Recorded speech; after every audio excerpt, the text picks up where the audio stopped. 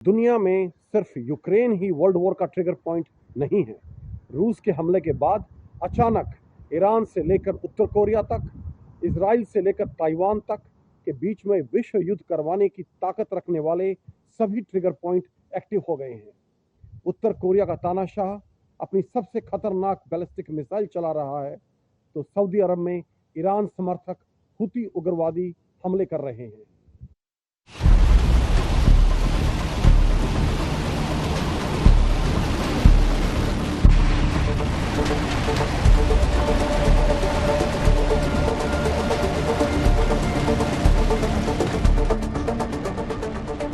पहली तस्वीर north Korea, जिसके तानाशाह के इशारे पर उत्तर कोरिया की सबसे खतरनाक बैलिस्टिक मिसाइल का परीक्षण किया जाता है।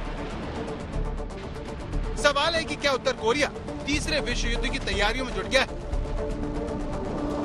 दूसरी तस्वीर सऊदी अरब का जिद्दा, जिसके तेल डिपो को ईरान समर्थक हूती विद्रोहियों ने निशाना बनाया।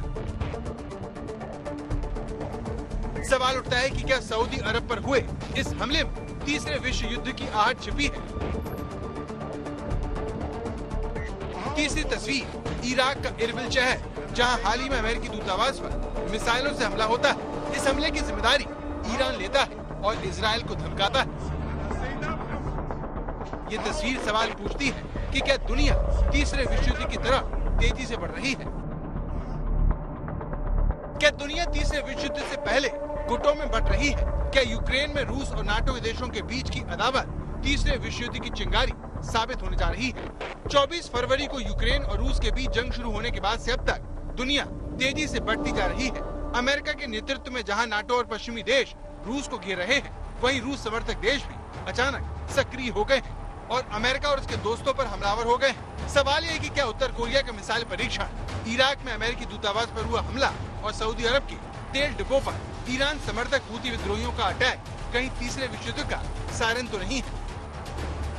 अगर इतिहास के पन्नों को पलटे तो यूक्रेन युद्ध के दौरान वही हालात बन रहे हैं जो प्रथम विश्व युद्ध और बाद में द्वितीय विश्व युद्ध का कारण बने थे। सरल शब्दों में समझे तो यूक्रेन और रूस के बीच जारी सीमित युद्ध किसी भी वक्त दुनिया को अपनी चपेट में ले सकता है।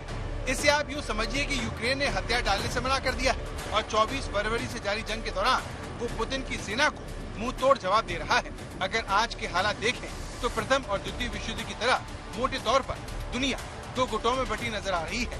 एक तरफ यूक्रेन के साथ नाटो मुल्क के साथ पश्चिमी देश खुलकर साथ है और दूसरी तरफ एटमी ताकत वाले रूस को चीन का खुला समर्थन मिल रहा है। खतरा विश्व युद्ध का इसलिए है क्योंकि पुतिन अब खाली हाथ लौटने को तैयार नहीं है। वहीं अमेरिका किसी भी कीमत पर यूक्रेन को बचाना चाहता है। यानी दो गुट बन चुके हैं और आने वाले दिनों में यही दो गुट विश्व युद्ध की वजह बन सकते हैं। यूक्रेन की मदद के लिए अमेरिका, नाटो और यूरोपियन यूनियन के देश लगातार रणनीति बना रहे हैं, जिसने पुतिन को चिढ़ा दिया है। रूस ने पहले ये धमकी दे दी है कि अगर कोई भी देश इस युद्ध में यूक्रेन की ओर से आया तो रूस का दुश्मन होगा। अगर ऐसा हुआ तो विश्व युद्ध छिड़ सकता है। इस स्थिति में रूस के साथ क्यूबा, चीन, आर्मेनिया, बेलारूस, अजरबैजान, ईरान, उत्तर कोरिया और पाकिस्तान होंगे। तो यूक्रेन के साथ America, Britain, Belgium, Canada, France, Italy, Japan और ऑस्ट्रेलिया होंगे। अपने इरादे पक्के कर लिए कि ये अब किसी भी वेस्टर्न कंट्री के प्रेशर या इन्फ्लुएंस में नहीं आने वाले हैं और ये अपना मिसाइल प्रोग्राम्स और जो इनके न्यूक्लियर प्रोग्राम्स हैं, इनको ये अब और भी तेजी से बढ़ावा देंगे और जारी करने वाले हैं। तो ये एक बहुत ही चिंता का विषय है और इसे बड़े ध्यान से हमें आगे चलना पड़ेगा। चिंता की बात यह है कि दोनों गुटों के सदस्य देश रूस यूक्रेन जंग के बाद सक्रिय हो गए हैं, जिसमें सबसे खतरनाक तस्वीर ये है।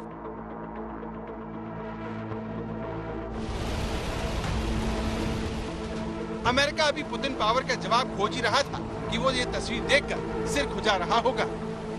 उत्तर कोरिया के तानाशाह किम जोंग उन ने तीसरे विश्व युद्ध की चर्चा के बीच धमाकेदार एंट्री ली है।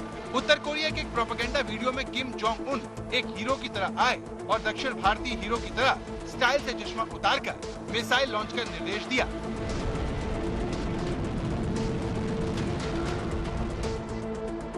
उत्तर कोरिया का तानाशाह इस वीडियो में पहले से कहीं ज्यादा पतला और तंदुरुस्त दिखा, जिसने अपनी सबसे खतरनाक इंटरकॉन्टिनेंटल बैलिस्टिक मिसाइल को दागकर अमेरिका के लिए एक साथ कई मोर्चे खोल दिए।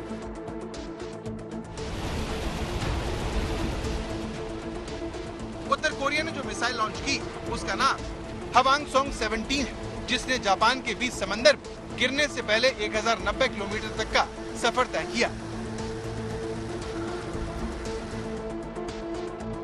किम जोंग उन की तरफ से जारी एक बयान में कहा गया कि उत्तर कोरिया की इस ताजा मिसाइल से दुनिया को उनकी शक्ति का पता चल जाएगा। नॉर्थ कोरिया के दुश्मनों को पता लगेगा कि अगर उन्होंने कुछ भी गड़बड़ की तो इसके बदले में उन्हें भारी कीमत चुकानी होगी। दुनिया भर में समीकरण बहुत तेजी से बदल रहे हैं। उत्तर कोरिया की अगर बात की जाए तो 2017 से ही न केवल वो लगातार जबरदस्त मिसाइल परीक्षण कर रहा है, बल्कि परमाणु हथियारों को जुटाने का प्रयास भी कर रहा है। और इस वजह से न केवल दक्षिण कोरिया बल्कि जापान भी बेहद चिंतित है। जापान में तो एक नई बहस छिड़ गई है। जापान जो हिरोशिमा और नागासाकी दोनों को झेल चुका है परमाणु हथियारों को द्वितीय विश्व युद्ध में, एक बार फिर अब जापान में बहस छिड़ गई है कि अपनी सुरक्षा के लिए क्या जापान में परमाणु हथियारों को तैनात करने की आवश्यकता है। जापान के 3 गैर परमाणु सिद्धांत हैं। पहली बार इसे 1967 में निर्धारित किया गया। इसके तहत देश के भीतर परमाणु हथियार के उत्पादन और उसे रखने पर पाबंदी है।